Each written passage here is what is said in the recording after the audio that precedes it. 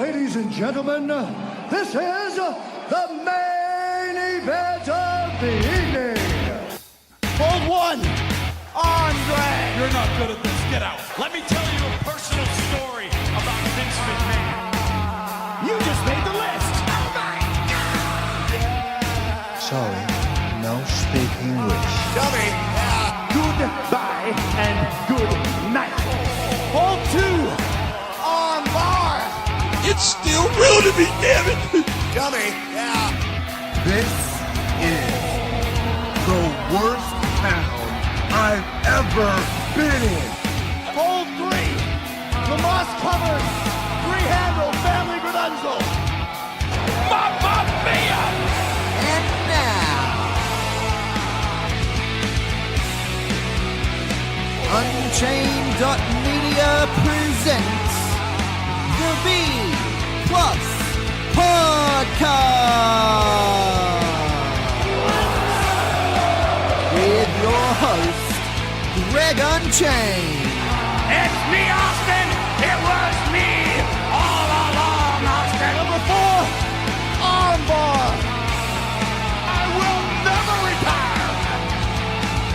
I still got 200 more. I got 200 more holes to list.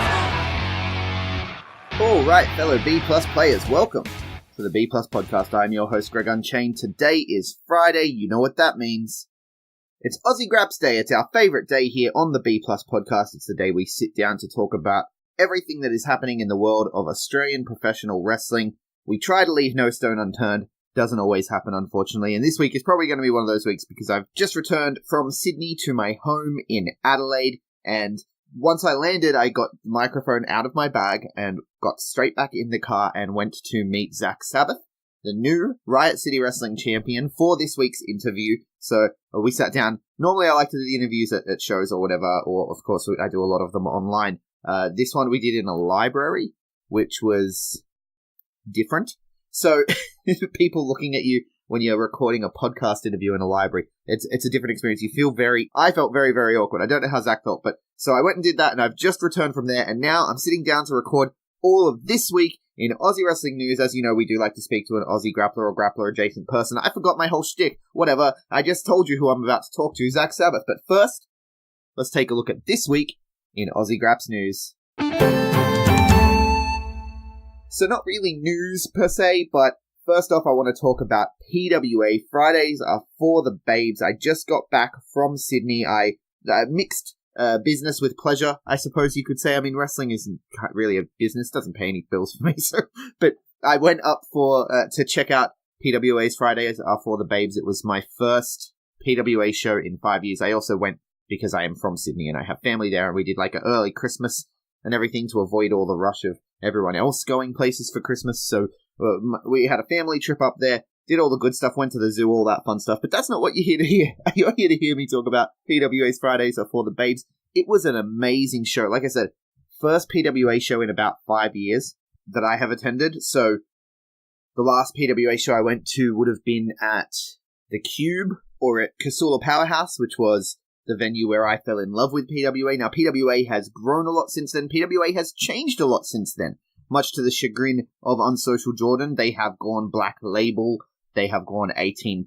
They've gone raunchy. And it was really, really fun. From the show open to show close, there was zero filler. Every match not only delivered, but seemed to have a purpose. Even the matches that you think would be filler, right? So the multi-man, the four-man tag match, or the 5-person non-title match that included the champion Caveman Ugg, Shazza McKenzie, and others. Every match told a fantastic story, and I will be honest, being an 18+ show, there was a bar. I'm in town visiting. People are buying me drinks. I'm buying drinks. I did get quite toasty, but the show is already out on pwaplay.com, and in the hotel before my flight last night, I was brushing up and watching the show back, and I actually made it to the show, like at the beginning of the show when they're doing the opening of the show. I'm picking up a red cup at the entryway. You can see me in my normalism myth tank, and you see my beard. But anyway, getting distracted again. I was watching the show. It's already up on pwaplay.com. 4-day turnaround or something ridiculous like that, 4 or 5 days. It released on PWA Play on Wednesday when the show was on Friday last week. So, less than a week it took them to get that show turned around and put up onto PWAplay.com. Very exciting. I'm about halfway through the rewatch. It's definitely a show I would recommend to anyone. Quite possibly, I know I said this about MCW New Horizons as well, but the best live wrestling show I've been to. The atmosphere at Max Watts is incredible. I will definitely be traveling to go to more shows, so it's something that I would highly recommend to anyone. And I'm not the only person who traveled up to go there either. Danders was with us. Danders joined the B Plus crew. She's been on the podcast before. She also guests on the Turnbuckle as well from time to time. So she came up with us as well and checked out PWA, and we all had a fantastic time. It was a really good show. Cannot recommend PWA enough to anyone. If you're in Sydney and you're not going to PWA shows, there's something wrong with your head and you need to get it checked. Go to the doctor immediately. But if you're not in Sydney, but you ever get the chance to go to Sydney for one of these PWA shows, they are incredible. I cannot recommend it highly enough. PWA, like I said, they were the first I've talked about it before on the show. They were the first promotion that really showed me Australian wrestling doesn't have to be crap. There was always people in other promotions that I went to, primarily AWF, when I was a kid and stuff. There were people that I thought were pretty cool and stuff, but the actual shows overall never felt special. And PWA was the first place that kind of showed me, no, look, we can tell amazing stories, we can have fantastic in-ring work, and the whole package. And they've been taking it to the next level in 2018. Very excited to see what happens in 2019.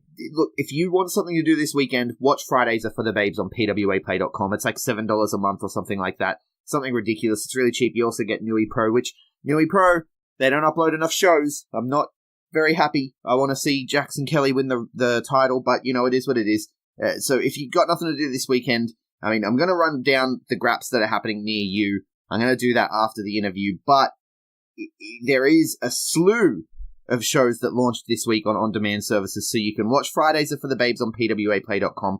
Underworld 4, Episode 4 for Underworld. So Underworld now are doing their tapings in blocks, so they have one live show every couple of months, and that's going to service a couple of episodes. I think their last taping that they did recently is going to service 3 different episodes, Episode 4, 5, and 6 on the Pivot Share and Amazon. They go for roughly an hour. Underworld 4 was a fantastic show. Definitely recommend checking it out. I watched that one as well. I watched it with a couple of other people as well who aren't necessarily wrestling fans, and they were interested. And it's really cool. I'm very excited for Underworld. Underworld is Australia's first, well, not first, but I suppose Underworld is our current TV product. It's on Amazon Prime, right? Like I talked about last week. They've been converted into French and Spanish. Underworld are just, they're not a part of the hashtag Now We Conquer, I don't think, but, that's all Aussie wrestling, right? So hashtag Now We Conquer. Talk about conquering. Underworld are conquering. And Mark Williamson seems set on world domination because he wants to end all things. He doesn't want to end the world. He wants to end all things. So the universe and whatever's bigger than the universe.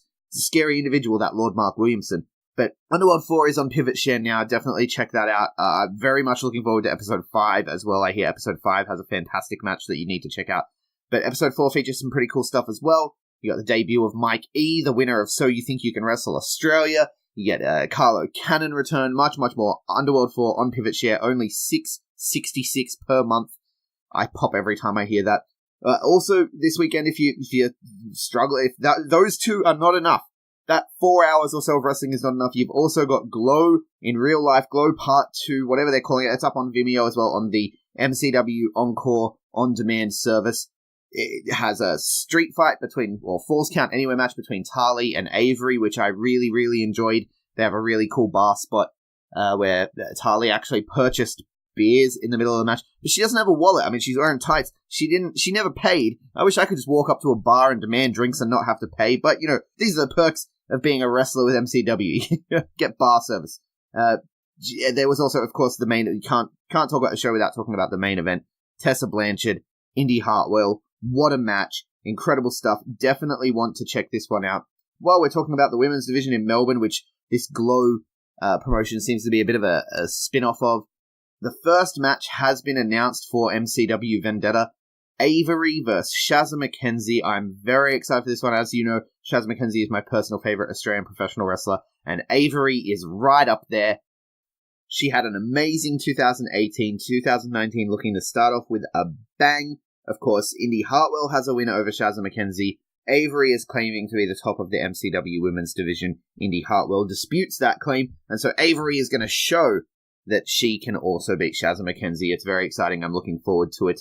Now, as while I'm speaking about Vendetta, we already knew that Jimmy Havoc would be at Vendetta on January 12th. I want to say the date is, I don't have it in front of me. I'm the worst. But now we know also that Jimmy Havoc is going to PWA. It was announced at the show I was at. January 13th, they're holding their next show. Originally, their next show was in February with the Battle for Black Metal, which is the finals in the Coliseum tournament where they're fighting over that badass sword. The sword that I said would look great on Mick Moretti or on Paris de Silva, and it's come down to Mick Moretti and Jack Bonza. I was wrong, by the way. I was wrong about almost every prediction I made for PWA Fridays or for the Babes. Maddie Wahlberg and Carter Deems made sure to let me know how wrong I was.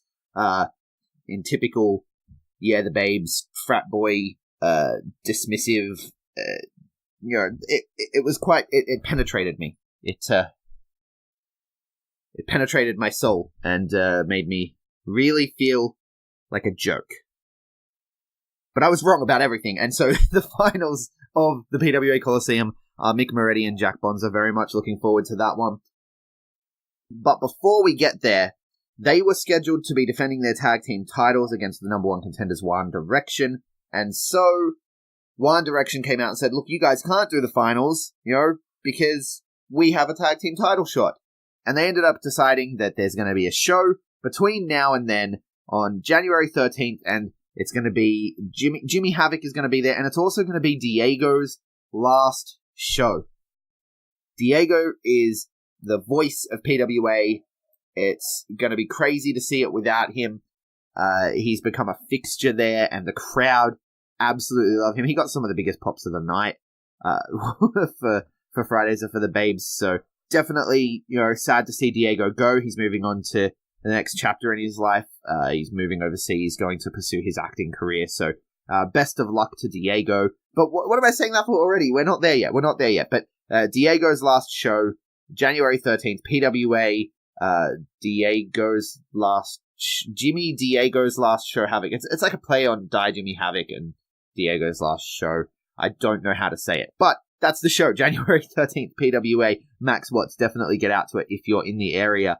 And it's had the biggest day one response for ticket sales. Now, you can say it's because of Jimmy Havoc. I think it's probably more likely that it's because it's Diego's last show. So it's had the biggest day one response. PWA keeps getting bigger. So get in quick, get your tickets before they sell out. And that's not all for Jimmy Havoc. He is also going to be at Wrestle Rock the following week on January 19th. So he's sticking around in the country for a week. That's awesome. He can do some great stuff with Wrestle Rock. You got to imagine he's going to end up in something crazy, some kind of crazy gimmick match. Looking forward to seeing what they end up with there. Won't be able to get to it, but we'll definitely be watching that one on Vimeo on demand. Seriously, guys, these Vimeo services, they range from $5, I think is what I pay for Schwa. They range from about $5 per month to $9 per month, $10 per month. And they are definitely worth it. I mean, if you're one of those people who at the moment is complaining about the WWE product, switch off, man. Cancel your network, and for the price of the WWE network, get 2 of these, and you're going to be set, right? Like, go through the back catalog, and you're going to be set for what to watch with your wrestling time. Don't even worry about that. Switching gears, though, let's take a look at one of, in my opinion, the most underrated workers in the country, who I guess is becoming more rated now, given his tour of Australia. I'm talking about Gavin McGavin, the real wrestler, the EPW Grand Slam champion and the current EPW champion. He is touring Australia, basically, with that EPW championship in tow. He's already hit South Australia with Riot City, and now he is headed to New Valhalla Wrestling in January for Spoils of War on January 12th. That's up in Queensland. Let's hope he defends his title. I'm going to fantasy book for a second here. I want this to become a second Australian national title. So we have the Australian national title in Wrestle Rampage, currently held by one AJ Istria. if we can get 2 Australian national titles, I want Gavin to defend that title in Queensland, defend that title in New South Wales, defend that title in Victoria, defend that title in Darwin, call it the Australian National Championship, and go head-to-head with AJ Istria to decide who the real Australian National Champion is. That's my fantasy booking. Have them go, I mean, look, politics, right? You can't have one champion beating the other. That'll devalue the belt. So you have them go a 60-minute Broadway. That match would be incredible, go down in the history books, and then they can realize at the end of it that they respect each other so much, and they can team up, right? You got the menace of TMDK. They're declaring war on PWA. They declare war in Wrestle Rampage quite regularly, and of course they're at home over there in EPW. Maybe after a 60-minute Broadway, Gavin and AJ Istria, the national champions. You could call them the national champions as a team. It'd be amazing, and they could team up to rid us of the menace that is the TMDK invasion. I'm getting carried away with the fantasy booking, but honestly, tell me that wouldn't be amazing. You would be wrong. Also over in Perth, another guy who I have my eye on, who I think is fantastic, incredibly talented. I'm hoping to get him on the show as soon as possible, but it may become harder now. Taylor King. If you follow Taylor King on social media, you may have noticed that he completely wiped his Instagram. I can't even find him on Twitter anymore. I'm sure I'm following him. I'm going to have to go through my list and see if he's just changed his name on there or what. But Taylor King, he's wiped his social media, and the Instagram is now blank, and the name has changed to I Am Not Famous Anymore. He did make one post. It's like a black video with some dum-dum kind of music, and it just flashes like a purple 8 that looks like it's been painted really badly on like Microsoft Paint or one of the iPhone apps, like your Snapchat or what have you. And yeah, what is this? What is this? I know Taylor King is currently out with an injury. He fell to the torn pec that's been going around. Appears to be viral. So no, he's fallen to that torn pec. He had to get surgery, and he's out at the moment. We know that he's out. But this I'm Not Famous Anymore. The first thing that comes to mind is Shia LaBeouf, right? Like he's weird, artsy, and Shia LaBeouf was a child star as well, and Taylor King is a child star. I'm hoping that's the direction this is going. I'm hoping it's not a legitimate mental breakdown. If it's a legitimate mental breakdown, please, Taylor King, reach out, talk to someone. You are loved. But if it's a work, which I'm sure it would be, I mean, Anna Bowett posting about it, so I assume this is a work, and Taylor King is not famous anymore. And the first thing that comes to mind is Shia LaBeouf. If that's the direction they're going with this, I am on board, man. Like, let's plant a flag somewhere that people can rant in front of, and then move it and have 4chan track it down. I don't even know where I'm going with this, but Taylor King is one to watch in 2019. He would be making my list if I hadn't made a self-imposed rule of no one from the top couple of promotions. But Taylor King is one to watch, and this whole I Am Not Famous Anymore, I'm very excited to see what this becomes. So definitely follow the real Taylor King on Instagram, unless he changes his name. I can't remember the exact @ handle, but I think it's @ the real Taylor King. Definitely follow that one to see what this becomes. It looks like it's going to be awesome. Also over in Perth, big week of news for Perth, I suppose. Indie Girls have announced a historic double-header weekend of women's wrestling in Perth for 2019. That one's going to take place on May 24th and 25th. We're going to see the Global Conflict Tournament, which started as a males-only tournament way back in the day, but ended up switching over to Indie Girls, and has since been won by the likes of Mercedes Martinez, Kelly Skater, Shayna Baszler, Madison Eagles, among others. This weekend is going to be bringing all the best Aussie women from our local scene together, as well as some internationals, bringing them in to sort of lift the locals up and give the locals someone new to work. This is very, very exciting. Indie Girls doubleheader Global Conflict Tournament, May 24th, May 25th, 2019 in Perth. Definitely one to keep an eye on. Definitely one to make a trip over for. I hear Perth is a beautiful city, so that's definitely something that's on the cards as well. Speaking of women in Aussie Grapps, we've talked about it a lot. The women, and I know the guys over in On the Turnbuckle talk about this a lot too, the women in Australian wrestling are really leading the charge. I mean, we know, of course, Emma got signed to WWE, and then we've had Billie Kay, Peyton Royce, Rhea Ripley, so Toni Storm, of course, as well, Dakota Kai. Our women tend to get signed up and shipped off overseas. just as they get to their prime, just as they get real good, where they get taken from us. But the women, even though that happens, the scene replenishes, and it's that ongoing cycle that we talk about in wrestling where the scene does come from the bottom up and it replenishes.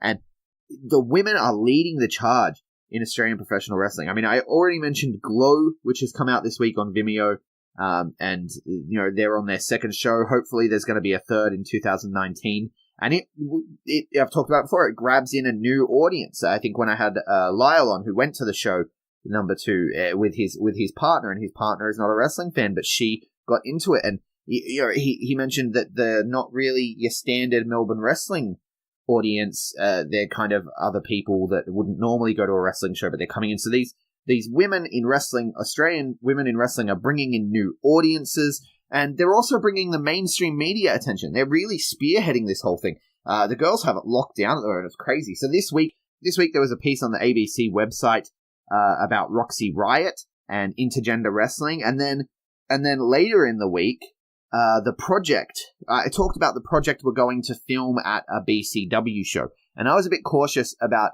how that would turn out because the project have a rather spotty history when it comes to wrestling. They had, way back in the day, I remember seeing TMDK, the original TMDK, who are now the Mighty in WWE's NXT. Back then, they were the Mighty Don't Kneel, and they were, preparing for a show, and they were interviewed in the ring, and they put a laugh track over the top of it. Like, they put a laugh track over the top of a guy standing in the middle of the ring doing a shooting star press, like a standing shooting star press on the freaking center of the mat, and they put a laugh track over it. Like, that's so fake. How athletic do you want these people to be before you take them seriously? You're putting a laugh track over this?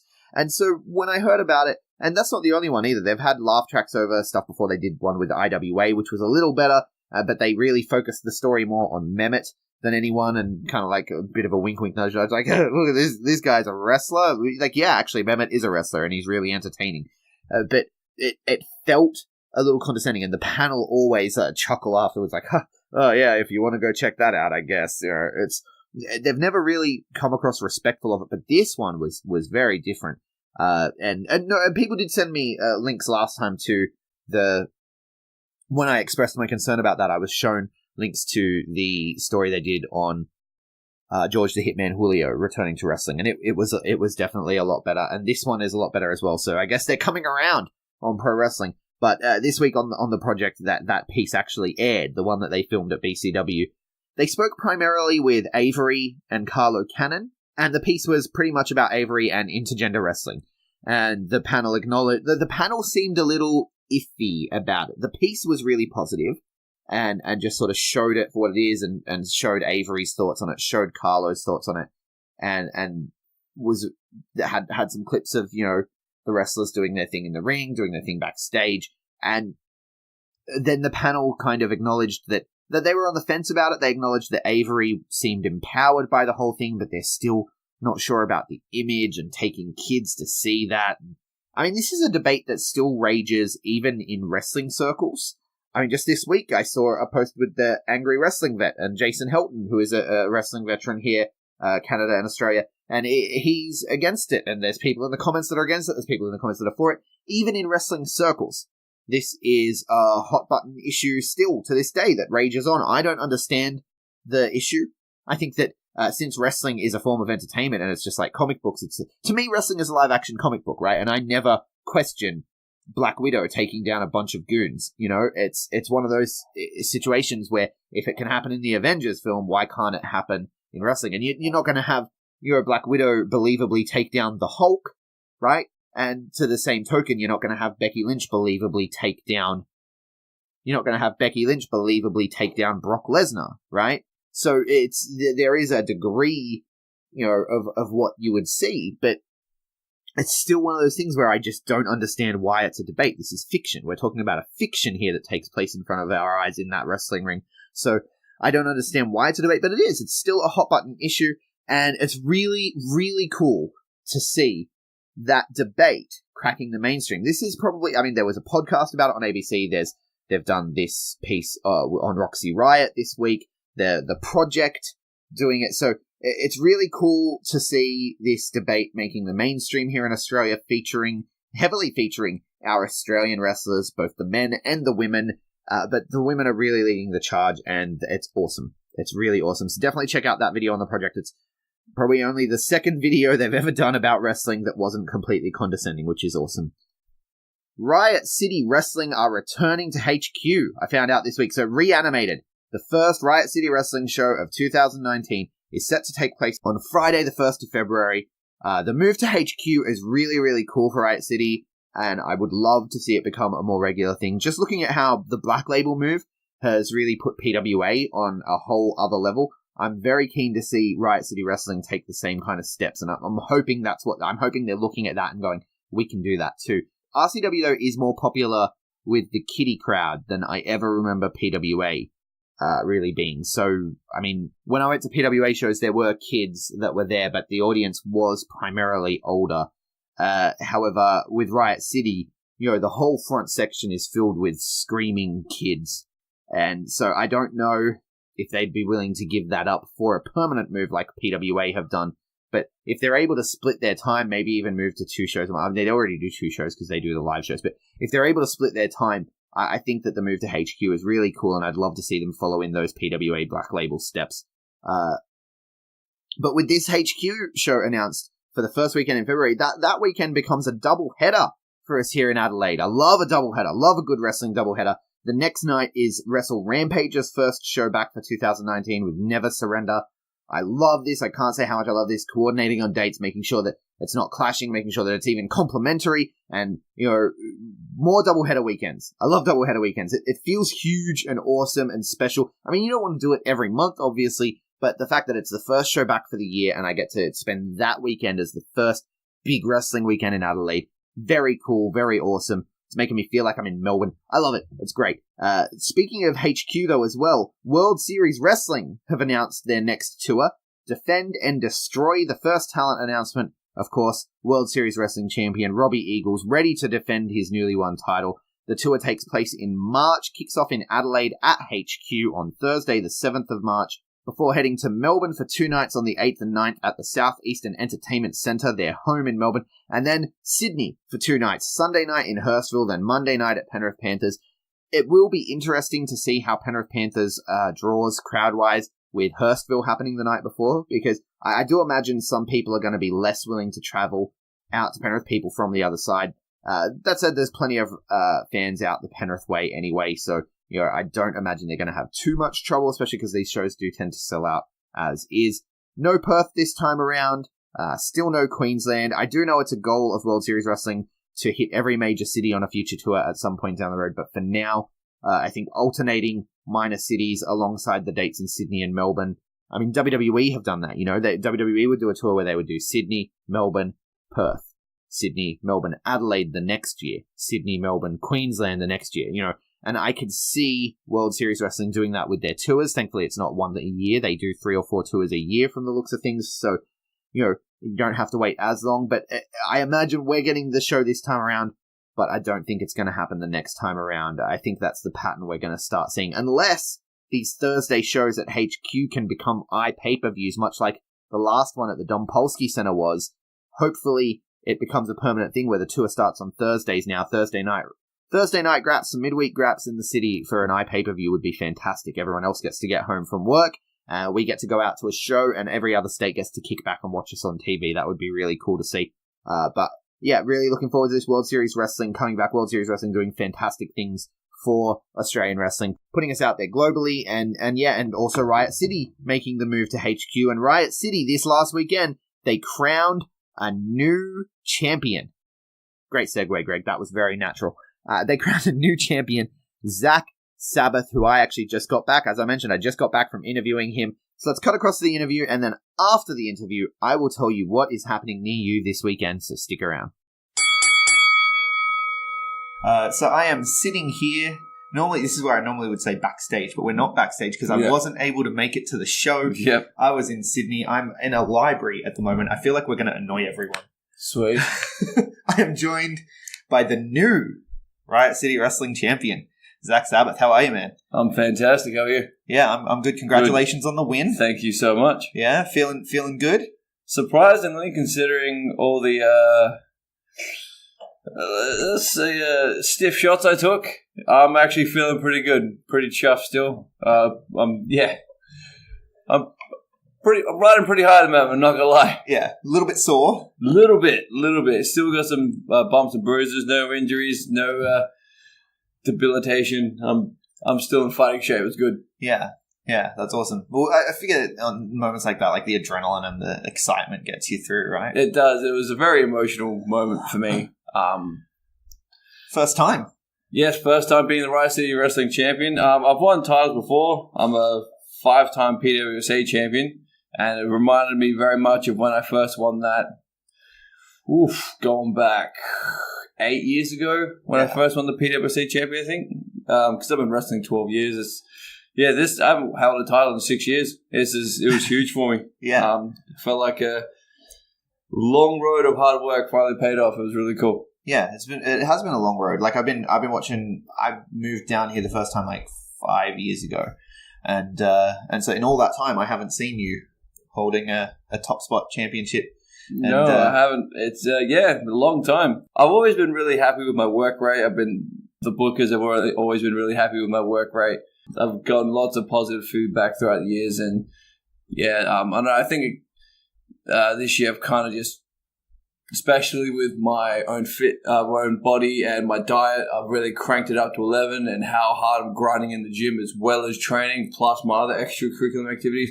I feel that's what was the catalyst for it, really. Right. I mean, you hear, I listen to Stone Cold Steve Austin and all those guys that talk on the podcast and stuff, and they say it takes 5 years to get it, 10 years to be a master or whatever. You've been doing it 12. Yes, I've been wrestling 12 years. And how do you feel? You feel like you're just kind of hitting the peak? Yeah, kind of. I took a year and a half off due to a horrible neck injury way back when, and to be honest, I had no interest in coming back.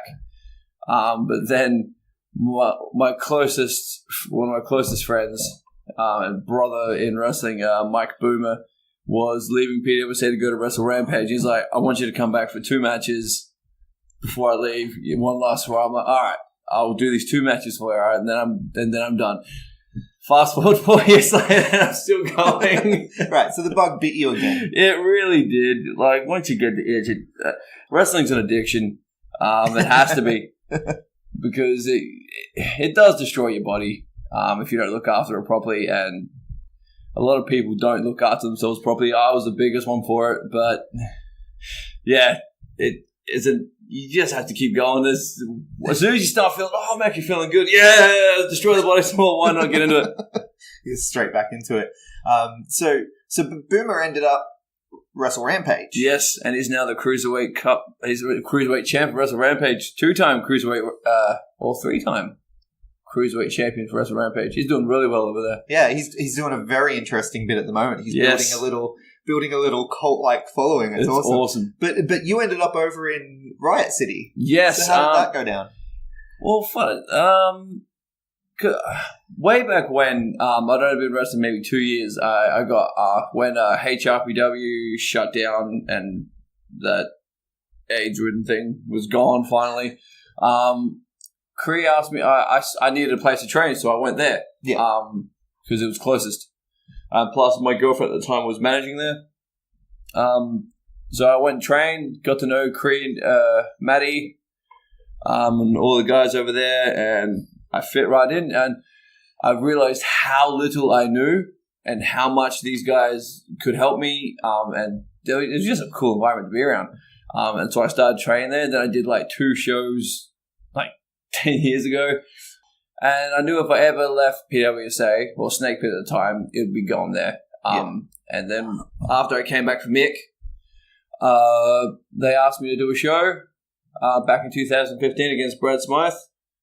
And yeah, the backstage atmosphere was exactly what I needed. It was fun. Everyone was upbeat, having a good time. No pissing or moaning, backstage politics. It was none of that. It was a family. It was a club, and that was what I wanted. That's what drew me to it. Yeah. Plus the idea of not wrestling every single week, but not wrestling every 3 months either. You know, that happy medium where I wasn't going to be limping everywhere. But having said that, I could easily wrestle every week now. I don't know. I'm in love with it all over again, and I'm in the best shape of my life. So, right, and the Australian scene is actually getting to a point where there are shows every week, everywhere. Yes. So, what about traveling? I mean, I'm not sure. Have you done much interstate stuff? I've done funny enough, me and Mick did a tag team match for PWSA Elite, like 8 months in. Okay. To our a year into our career, which kind of blew a few people's minds. Like, how are these guys get booked on PWA because we were green as balls and terrible. But we just apparently we're just very hyped for it all, I think, and that's kind of what. Plus, Doug was a friend of mine, Ryan Eagles, lovely fellow, love that guy. Learned a lot from him. But yeah, I've wrestled. He used to always point me out in the crowd at PWA shows because of the beard. we had a beard brothership. Oh, excellent! Yeah, that's so good. Yeah, Doug. I remember a little off tangent. I remember back when Doug was constantly being brought over HRPW, and he was the champ for ages. We were doing TV tapings because we were doing the C31 thing. Yeah. And Doug asked for a match with me, and he, without the booking, he made it a title match. And I had no idea, and I'm like, oh wow! And that was the first time I learned how to call matches on the fly because he called we were just going working for the first time, and it blew my tiny little work of mind. It was amazing. I learned so much from Doug. Yeah. No, what was I doing? What was I talking about? Oh yeah, interstate. Yeah, I've wrestled in Melbourne and I've wrestled in Perth for Schwa. Back in the day. I love Schwa. Yeah, a bunch of good guys. That was back when Slate was running things. Okay, yeah. But yeah, I haven't done a lot of interstate. This year I'm looking to do a lot more, to be honest. Right. Next year. Next year. Yeah. So next year I'm going to be doing hopefully a lot more interstate stuff. So that's a goal then? It is. That is one of my goals for entering 2019 is to wrestle more interstate and stuff. Yeah, absolutely. Anyone out there with the book, reach out because Zach Sabbath, you got a championship now that you could take around and defend. Yes, that's all the rage at the moment. We've got Gavin McGavin coming down here and defending his title against people. So Gavin's such a good worker too. He's such an amazing wrestling talent. That one, yeah, and a nice guy. Yeah, is someone on the list? Yeah, I would love to wrestle Gavin. There's a few people actually I would like to work. I'd like to wrestle Hader again. He's always good fun. Annoying little brother, that one. Who else? I'd love to wrestle Warship. Even though we've been friends for years, I've never actually got a chance to properly wrestle him. I'd like to wrestle Dowie, Sid Parker, Dusk, and PCW. Wouldn't mind a match with Bonzer either. Met him back when we did a training seminar a few years back at RCW. Amazing worker and a huge unit. Absolutely staunch dude. Yeah, love the wrestle into. There's so many people, there's so many talented people I would love to work and learn from. And yeah, I reckon 2019 is the year to do it for me. 2019 is the year. Yeah, 2019 is looking like a really good year because 2018 has been crazy. It has, especially and the world, really. Yes. Indie wrestling's just been popping up. World Series Wrestling's bringing the goods. MCW's bringing the goods. RCW's. There's so many good promotions back, but it used to be a lot of people who seem to be doing it out of spite instead of what's best for the business. Yeah. Where now it's just a lot of just really hard-working promotions caring and putting the work in. It's so good. People starting to work together more as well. Yes. I'm noticing, which is over the years you've always seen promotions just battle it out. Who's better? Who cares? Just build the business as a whole. That's what matters. We all grow from that. Rising tide. Exactly. Yeah. It's one of those things that we talk about a lot on this show that, the UK, we've got some friends over in the UK and they said that when their scene started to really pick up was when people, put anything personal or whatever to the side and was just like, let's work together. Let's figure out dates together so that we're not clashing, so that people are coming over and touring the entire place. And instead of working against each other, really work together and it benefited the whole scene. And now look where they are, yeah, exactly. Wrestling every night of the week. I feel almost. Australia is getting there as well. Yeah. Our biggest, the thing with Australia is because it's so big with so little people. Yeah. Touring different promotions is quite costly because of travel expenses and stuff. But even just local scenes, like for Adelaide, like RCW and Wrestle Rampage try very hard. Even with like ACW or PWA, we try to not book on the same nights. RCW has their whole year planned out. Yeah. And we give it to the guys, all right, these are the shows we're running, and hopefully we don't clash. But yeah, there's still is a slight lack of communication, but hopefully that gap will be bridged as of 2019, and it will just keep growing further and further forward. Yeah, absolutely. One of the things that sets Riot City apart, not just in South Australia though, but in all of Australia, is how accessible the product is, man. It's my favorite thing about Riot City. Like, if I ever miss a show for any reason, whether it's scheduling conflicts or personal stuff or whatever, I know that 2 weeks later, it's on YouTube, the entire show. Yeah. Our editor is a really cool guy, and he brings like 2 other camera guys with him. He does such a good job. We're so lucky we found this guy. Yeah. He does amazing work. He really does. So I wasn't there for Battle for Supremacy, but I know. Like, I was resting easy while I was drunk off my face at the PWA show, knowing that I could watch it in a couple of weeks, and everyone else should. Probably not by the time you hear this, but a week from now or so, you should definitely go out and check it out. Now, because I wasn't there, I'm just going off reports of what I've heard. But the finish in the title match involved a cool little angle with Selena. Yes, it did. That was awesome. No one saw it coming. And I'll give credit where credit's due. Selena, she's relatively new to the business. She was starting out as she started up as a trainee. She was doing really well, but her uni started to pick up, and obviously that's always a priority. So that's where she stepped back into more of a managerial or a valet role. And like, you look at pictures and you'll see when you see the footage, she sold that. She sold it the entire match, like just little bits and pieces. Looking at Chris Bassett with like little bits of content. I'm like, if you really pay attention, you would have seen the signs. But it was amazing. It got like a huge reaction, exactly like I wanted, or like we wanted. Yeah. And considering I only like taught her how to do the mist like a week in advance, she did really well. That's awesome. So she actually used, I didn't hear about that. She used the poison mist. It was purple. Amazing. It looked awesome. And yeah, my facials are, my facial expressions are one of the things I'm most proud of as myself as a worker, or proud is probably not the right word. I'm most content with. But her facials after the missed spot were even creeping me out. She sold it so good. I'm looking forward to seeing it.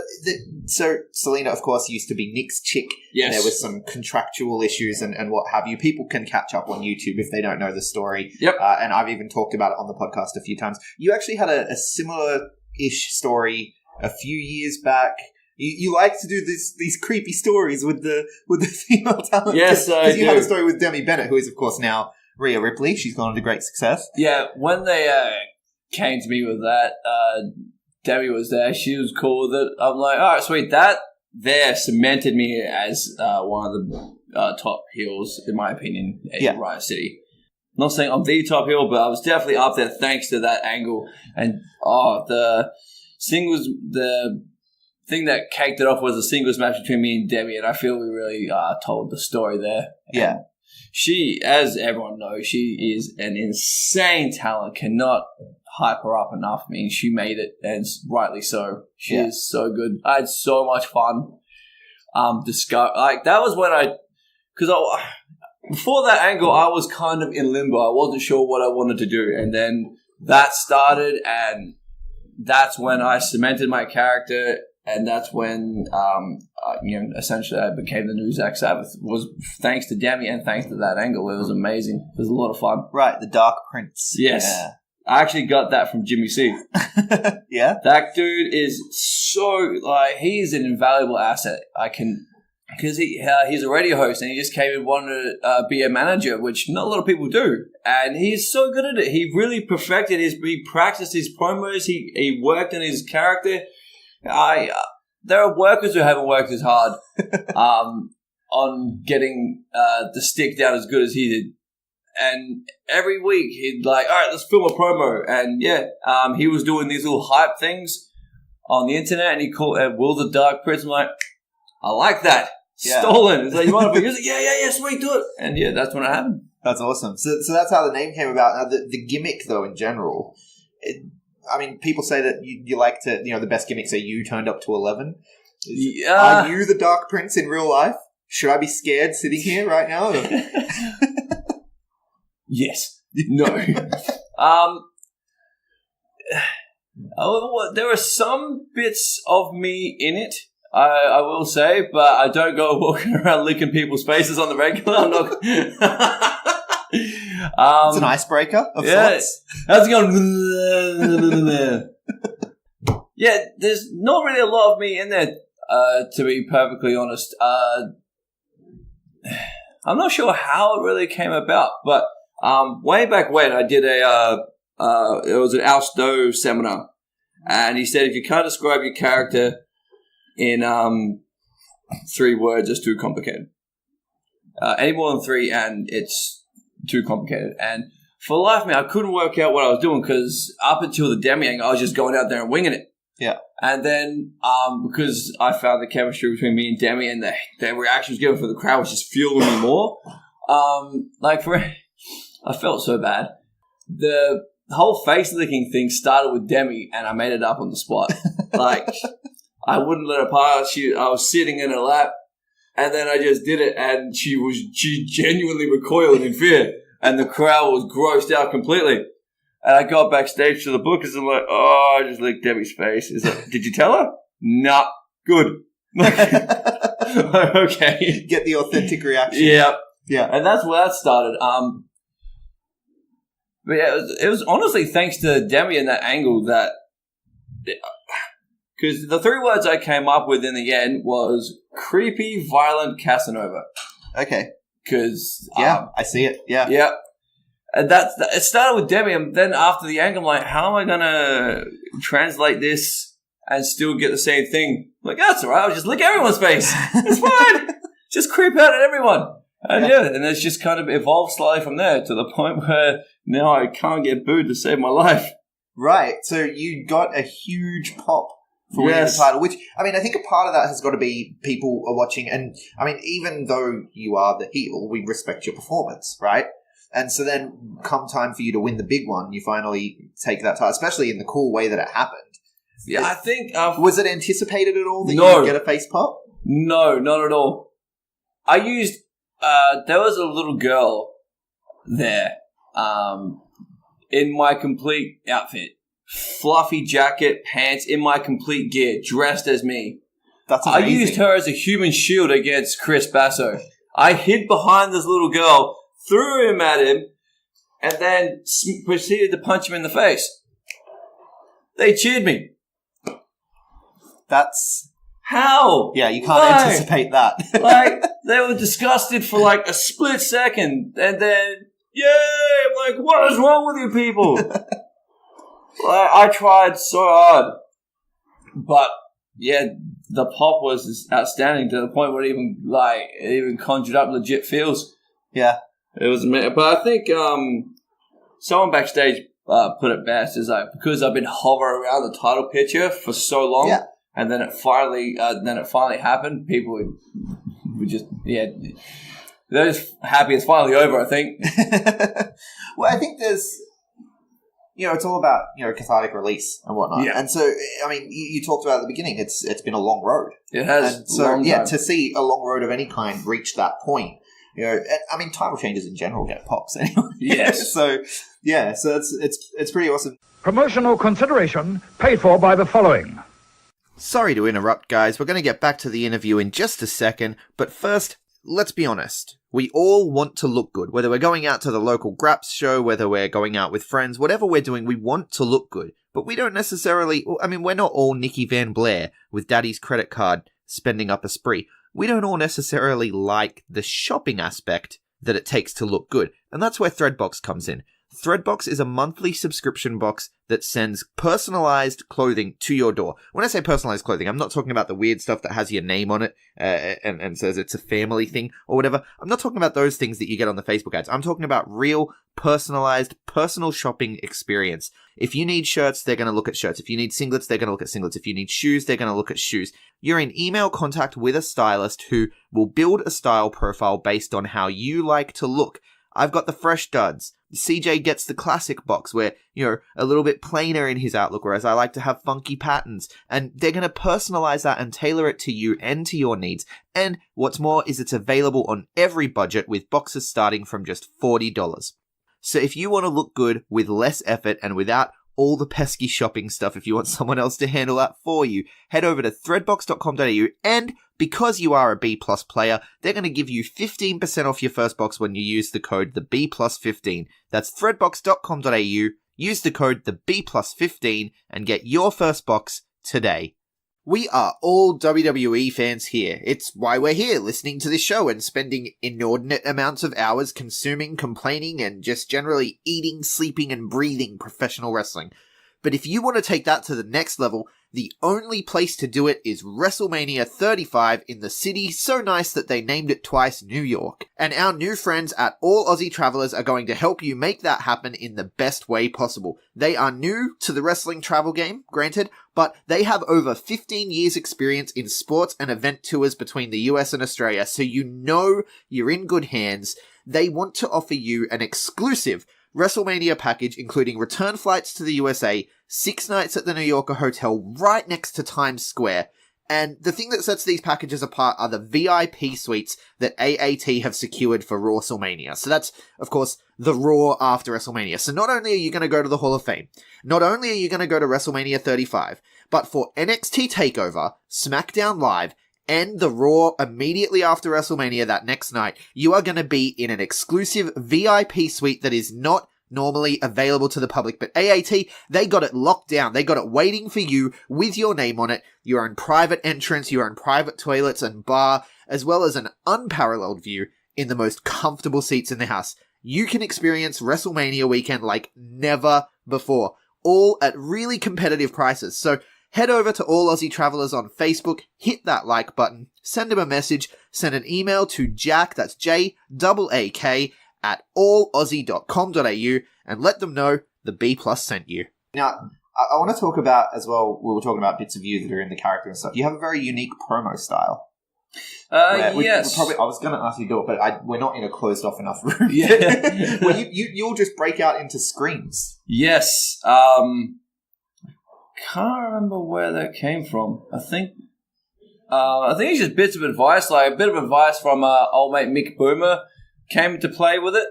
Plus, I also got some good advice from him way back when. Is that there's more than just angry or serious to as far as emotions to play with, and I try to do that.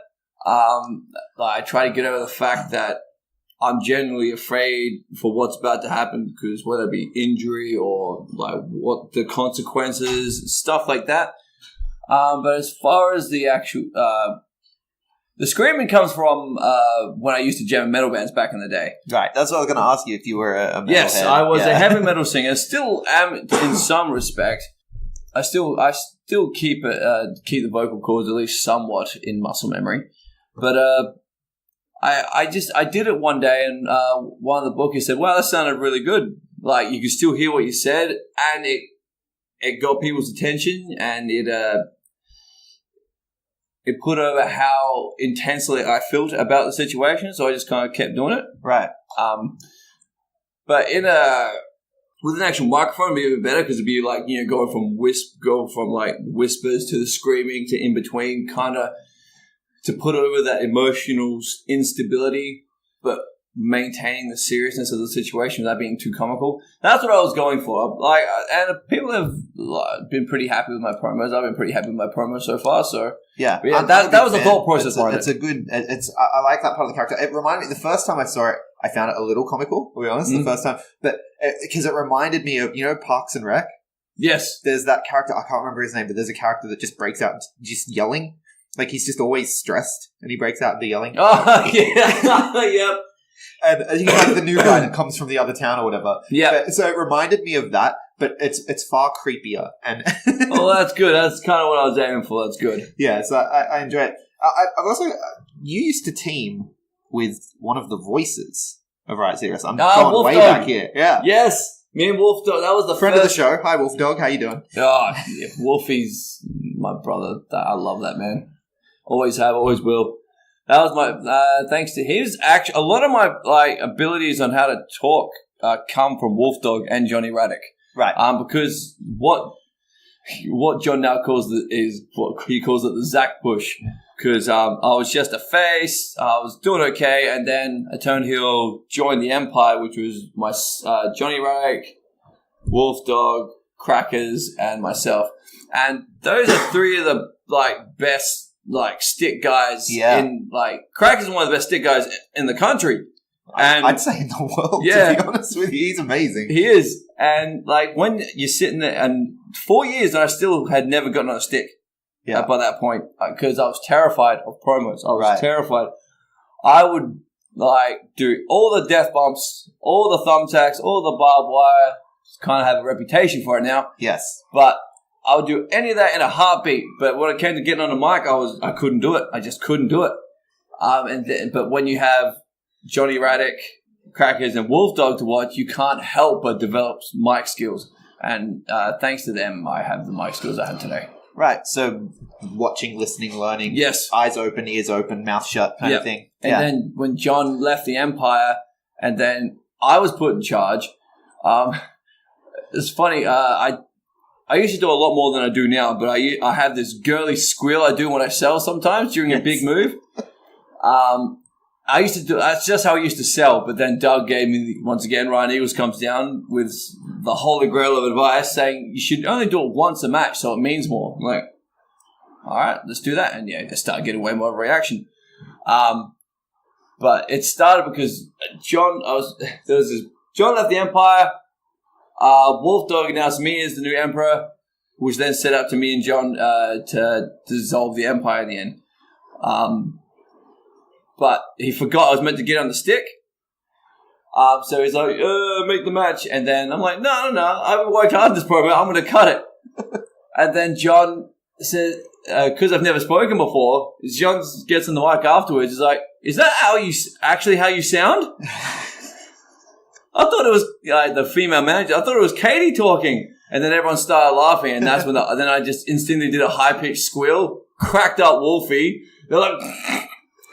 The crowd lost their mind because of the reaction I got. I just kept doing it. And now I've stopped doing it less and less over the years, especially now. But, that it's amazing how little things can happen on the fly that just make all the difference in the world. Yeah, that end up becoming a part of, Yes. Now, you touched on the reputation for the hardcore stuff. Yes. Yeah. The thing that always gets me is thumbtacks. And I watched you take one of the... I don't know if it was a particularly incredible thumbtack bump, but I remember seeing more thumbtacks in your back than I've ever seen in anyone's back ever. And I was like, that has Was that to me kill. in Grim and Dark Days? Yes. Yeah. Well, thing is, not gonna lie, I had to buy the weapons because otherwise, it was just going to be a pretty straightforward kind of stuff. I'm like, we're putting over a blood feud. Let's make it a blood feud. Let's go. Yeah. But I didn't have... Finding thumbtacks wasn't as easy as I thought it would because I went to Office Works. I'm like, oh, this really isn't a lot. And then I went to Woolworths and found twice as many boxes of thumbtacks for cheaper with more in them. Yeah. I'm like... So I take them back, came back, bought all the thumbtacks I could. But ended up, work was going through some changes, so I was pretty strapped for cash. So it cost me $70 to buy all the toys I needed for this match with Grim. And turns out 1,200, I think it was about 1,200 thumbtacks is not enough. Not enough. The stunt needs a big pile of thumbtacks, right? I've pulled them out and they've literally all landed point up. I'm like, well, that's going to suck. So that's what's happened. I poured them out because you meant to have a big, good 2,000, 2,500 thumbtacks, so they're in a pile, a nice pile. Yeah. So only it's a stunt. Yes. But in the end, I ended just landing on like 1,200 thumbtacks point up, just in my spine. It was great. Felt good, man. Feels good. Acupuncture, right? This is an ancient practice. Yeah, my wife tells me, "Oh, you should get acupuncture." I'm like, nah. No, thank you. Yeah. So it takes a relatively tough guy to do that. Relatively stupid, to be honest. Just stupid. Same thing with the MMA? Yeah. I only had one MMA fight. I'd only been doing martial arts for like 2 months, and the martial arts I do is self-defense. It has nothing to do with the actual sports side of martial arts. Right. But Cooper... Cooper hit me up because we've met a few times through the Cole shows. And you know Adam Cooper? No. He was a Wrestle Rampage guy, like one of the original Monster Factory dudes. Okay, yeah. Well, Jason Cooper is his working name, I believe. Okay. Yeah, Jason Cooper, that's right. And he's a big MMA dude. Genius in jiu-jitsu. He's like won heaps of medals and stuff. He's fantastic. And him and Jag were putting on Maximum Impact Fighting. Right. Which is an MMA show. And yeah, they were looking for fighters. He seen I was doing martial arts. He's like, "Hey, you want to fight?" I'm like, "Sure." Never thought this opportunity would come along, but why not? Yeah. By the time the fight came around, I would have been training 6 months. And to this day, the regret is, because I was fighting C-class rules, I had to wear headgear, and I was looking around like, why has everyone got tape around their heads for their headgear? It makes no sense. I copped one punch, and because I was sweaty, it just slipped sideways, and I was fighting blind the whole fight. It was so sucked. I would have done so much better if I could see. So it's the little... Well, I imagine, seeing is kind of integral to fighting. It is. But I ended up losing. But it was a lot of fun. Yeah. Plus, the ref wasn't doing great. It was like the guy... I was so focused on following the rules that I didn't really focus on fighting the guy. Yeah. And that was my biggest downfall, because the guy's like... Because I've always been, about the business kind of guy. So I do what's best for the promotion or for the business or whatever I need to do, whether it be ring crew or whatever. But the guys come out, the big head honcho ref is like, "These are the rules. We want to get A-class legalized in Australia, so let's prove that this is a sport with respect and blah, blah, blah." I'm like, okay, let's put over the business. That's fine. I can do that. And then the ref didn't know what he was doing. It's like, all right, in your match, C-class, there's no ground and pound. Okay, what counts as a ground and pound? If you're on all your hands and knees, stop the fight. Like, you can grapple, but no punching. Sweet.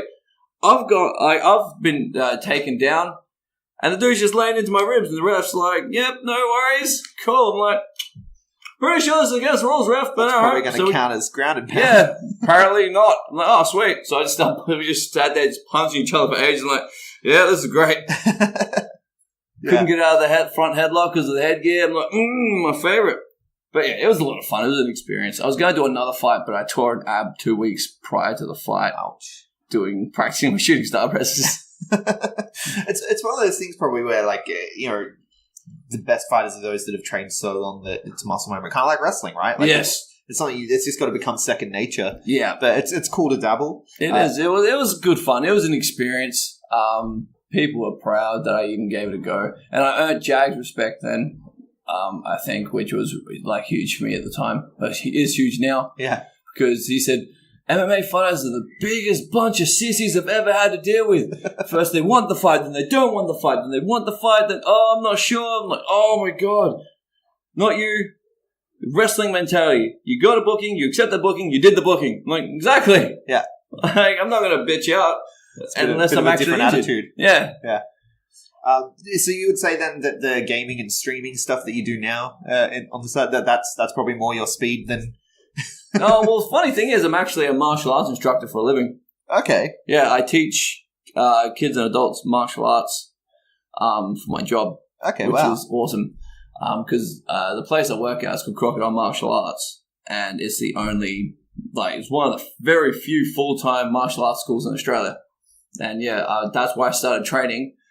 And because of wrestling and my ability to be in front of a crowd, I started helping out the kids I entertained the kids. I made it fun. And eventually, flash forward 6 years later, I was like, you want a job? Yes, I do. Yeah.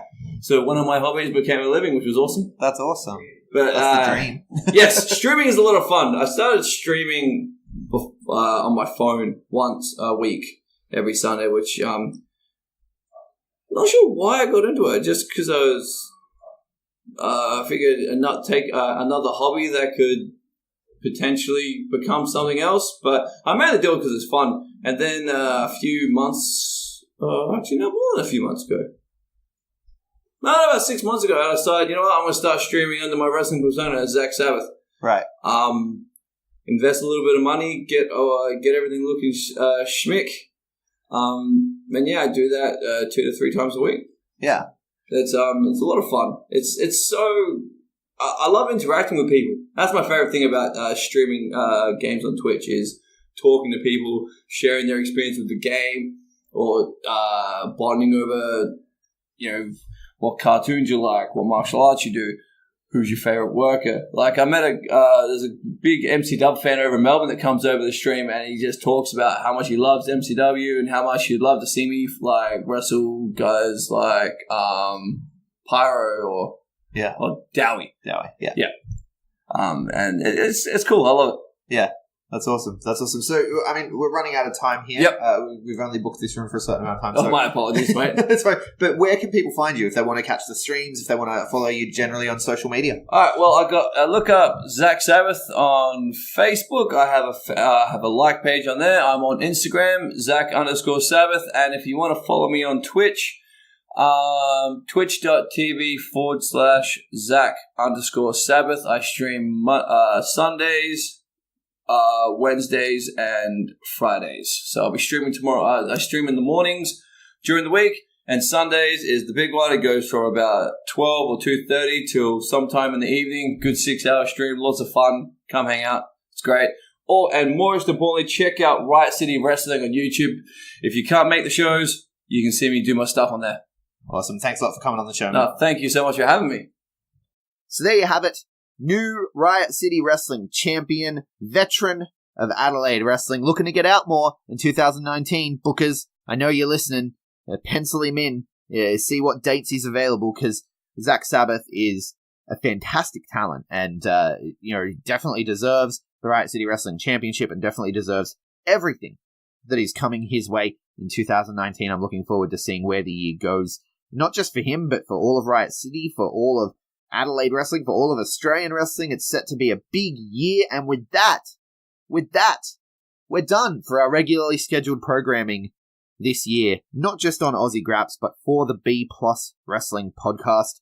We will still probably put out a couple of bonus episodes. I know the Puro guys want to talk December. I know that Akil, the heel, has been messaging me from the UK saying, let's talk UK. We really need to talk these NXT UK contracts because of my trip to Sydney. Unfortunately, things fell apart and we hadn't done this month, but we're going to talk the NXT UK contracts and, of course, this month in Brit Res.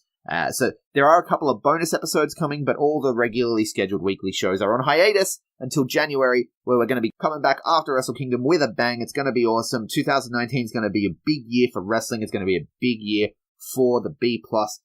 Thanks for sticking around. And if you liked the interview you just heard, don't forget you can also check out other Aussie Grappler interviews this week. Aisha from PCW stops by and talks to the guys on the turnbuckle. You can also hear Danders give her thoughts on the PWA show that she attended with us. And Andy Coyne stops by the studio. He takes a break from trying to destroy all of wrestling to stop by and have a chat with the On the Turnbuckle guys about Melbourne City Wrestling and just Melbourne Wrestling and Australian wrestling in general in 2018, and really close out the year in style with Andy Coyne. So On the Turnbuckle is definitely one to listen to this week. And with that, let's take a look at what's happening this weekend near you. Starting in New South Wales on Saturday night, AWF's year-end extravaganza takes place at Penrith PCYC. The night will contain a tribute to OJ Fitzpatrick, as well as a send-off for Duke Kieran Burns. The Misfit will defend the AWF Commonwealth title against Mad Dog McRae. The Deadly Shot Kasai, the Masked Kamikaze Randall, and El Jaguar will face off for the OJ Fitzpatrick Cup, and much, much more. Tickets start at $30. Also on Saturday night, Suplex Wrestling present Chapter 5, Hexham Hardcore, at the Hexham Bowling Club. Jackson Spade and the Brawler will go one-on-one. Lee, the Man Morrow, and Tommy Jewell will be taking on 4 unannounced teams to crown Suplex Tag Team Champions. Tar Lee is challenging for the Suplex Junior Heavyweight Championship against reigning champ Jake Gibson, and Jack Payne defends his Suplex Heavyweight title against JXT. Tickets for that one start at $13. Meanwhile, in Victoria, Saturday night can only mean one thing. PCW every Saturday night. This week they bring you Christmas Chaos live at the Southeastern Entertainment Center. RB4K and the Brotherhood clash with the tag team titles on the line. Edward Dusk, Nate Cross, and Jake Taylor are set to clash in triple threat action for the Ignition Championship. Lucas Daniels and Mark Cage are set to tear things up in a 60-minute Iron Man match. Not for the first time in Australian history, but still pretty awesome. Tickets for that one start at $20. Elsewhere, in Cranbourne, at the Cranbourne Indoor Sports Centre, Adrenaline Pro Wrestling present Legacy 2018. The APW Breakout title will be decided in triple threat action when Gordy Owner, Billy Owner, and Mike Chaos all face off. Josh Redfield takes on Aria, Michael Weaver looks to put away Smash Mouth Richie Taylor, Jason Crash and Slade Mercer will have a rematch, and Adam Brooks goes one-on-one with Zane Zodiac. All this and more for just $15. Up in Queensland, Christmas Chaos is also taking place. We had PCW Christmas Chaos in Victoria. Now we have Christmas Chaos taking place in the Greek Community Function Centre, courtesy of Queensland Wrestling Alliance.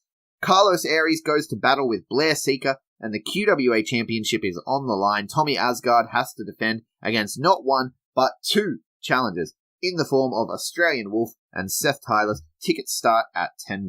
Also on Saturday night in Queensland, Venom Pro Wrestling are once again at the Showman's Guild of Australasia, this time for Flatline 3. Jake Nova is set to clash with Sam Osborne. The VPW Tag Team Championship is on the line when Anti-Venom take on Street Revolution.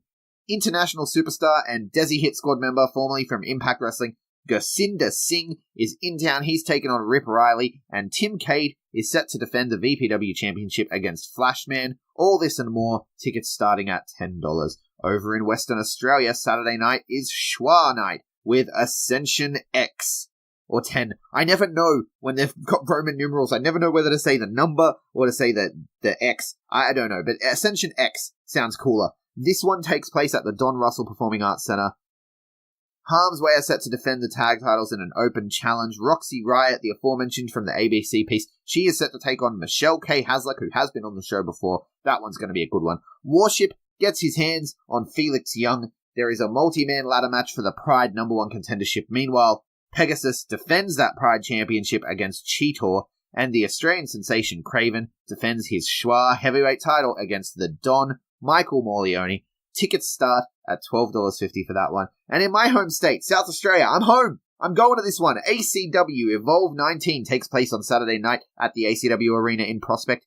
Andy Faust and Matt Hayter are set to go one-on-one again. Their match last month stole the show. Very excited to see this one take place again. This time the #1 contendership is officially on the line. Will the unknown demonic entity make its presence felt again, or can Hayter get his win back? Very excited to see. We also know that Riley will be defending her Evolve Championship against Jack Rossley. All this and more for just $15. Head on down, check out some local graps, support the boys and girls, buy a shirt, let them know how much you appreciate what they do, wish them a Merry Christmas, and send them off on their holidays in style. That does it for us here at the B Plus Wrestling Aussie Grapps. It does it for us here at the B Plus Wrestling. We'll have some bonus episodes for you to check out, but as always, you can find us at the B Plus Wrestle on Twitter, the B Plus Wrestling everywhere else. Please like, share, subscribe, hit that share button, tell a friend. We're coming back in 2019 with a bang. Looking forward to it. Thank you so much for listening all throughout 2018. We started this, 4 months ago or so, and it's built, already beyond my imagination. So I'm very excited to see what 2019 brings. And as always, thank you so much for listening. Hold one! Arm drag! You're not doing this. Get out. Let me tell you a personal story about Vince McMahon. You just made the list. Oh my God! Sorry, no speak English. Dummy. Goodbye and good night. Hold two. Arm bar. This is the worst town I've ever been in. It's still real to me, damn it. Dummy.